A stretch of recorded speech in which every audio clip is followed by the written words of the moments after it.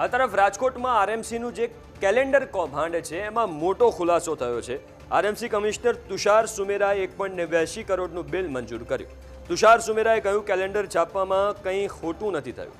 Rate contract દ્વારા 2023માં mega star કોર્પોરેશનને contract આપવામાં આવ્યો હતો। આ નિવેદન તુષાર સુમેરાએ આપ્યું। સાથે કહ્યું કે આરએમસીએ એક કેલેન્ડર 119 રૂપિયા લેખે છપાવ્યું છે। જાન્યુઆરીથી ડિસેમ્બર 2025 સુધીમાં કુલ 1.60 લાખ કેલેન્ડર છપાવ્યા હતા।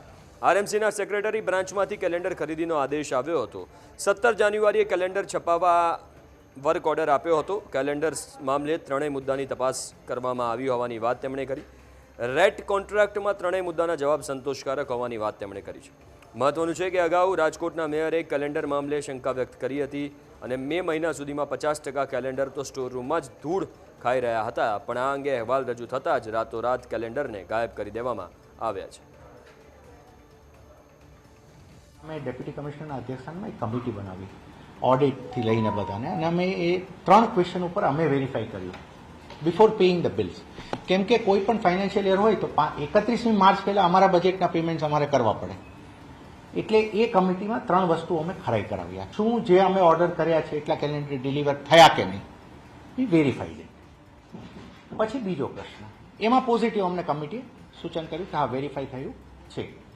બીજું ક્વોલિટી, આપણે કોઈ ટેન્ડરથી વર્ક ઓર્ડર આપ્યો હોય એ ક્વોલિટી આવી કે નહીં। નંબર 3, શું ટેન્ડર પ્રોટોકોલ કોઈ પ્રમાણે આની અંદર આપણને ભંગ જેવો લાગે છે?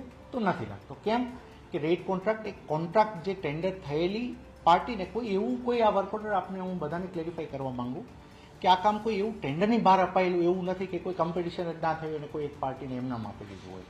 એટલે એઝ પર અમારા ટેન્ડર મેન્યુઅલ થયું છે, અમારી પ્રોસિજર પ્રમાણે થયું છે। હું આપને સ્પષ્ટતા કરું છું કે આમાં અમને કોઈ પણ આ સ્ટેજે એવું નથી લાગતું કે જેની અંદર કોઈ પણ જાતનો કોઈ પ્રશ્ન હોય। અમે આ પ્રમાણે બહુ ક્લિયર સાથે તમને આ જવાબ આપીએ છીએ। હજીના પણ તમને ડાઉટ હોય, જો અત્યારે હું મિટિંગમાં છું, મારા અધિકારીને મેં ઊભા રાખ્યા છે, તમને જે કોઈ માહિતી જોઈતી હશે એ તમને બહાર હજી પણ એની પછી પણ આપનામાંથી કોઈને પણ આની અંદર ક્યાંય પણ ડાઉટ હોય તો as a commissioner I am here.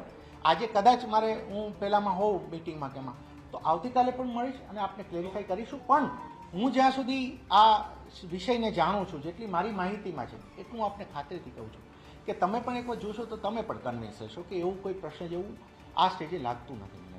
બરાબર છે?